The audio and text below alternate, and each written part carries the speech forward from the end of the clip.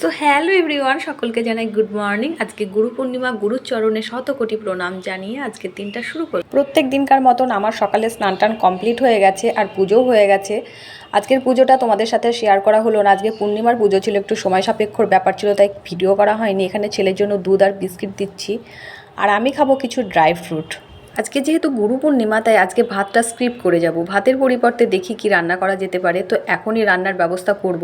তো দেখি আজকে কি রান্না করতে পারি। এখানে পরোটা বানাচ্ছি সকালবেলাকার জন্য, ব্রেকফাস্টে থাকবে আর ছেলের টিফিন বক্সে থাকবে। আর আজকে লাঞ্চে থাকবে ডালিয়ার খিচুড়ি, যার জন্য আমি এখানে ডাল নামিয়ে নিচ্ছি। এখান থেকে ডাল নেব, আজকে মুগ ডালের খিচুড়ি হবে। যেহেতু আজকে গুরু পূর্ণিমা, তাই আমরা ভাতটা একটু স্কিপ করে গেলাম।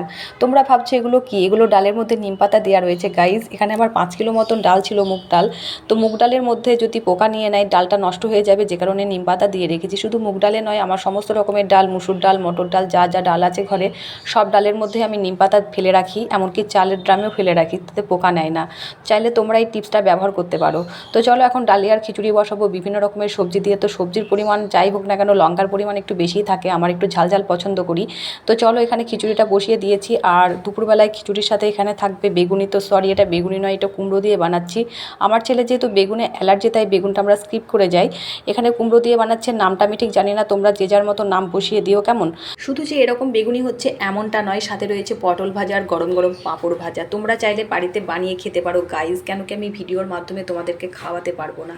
তো চলো আমি সকালবেলায় নিয়ে নিয়েছি গরম গরম খিচুড়ি, ভেবেছিলাম দুপুরবেলায় খাবো, কিন্তু না, এই গরম গরম খিচুড়ি সকালবেলাতেই বেশি ভালো লাগবে, তাই নিয়ে নিলাম গরম গরম খিচুড়ি। দুপুরবেলায় অন্য কিছু খেয়ে নেবো। তো চলো, খিচুড়িটা খেতে জাস্ট ওয়াও হয়েছিল, তোমাদের আর কি বলবো। তো চলো, তোমাদের ভিডিওটা কেমন লাগলো অবশ্যই জানিও, আর ভালো লাগলে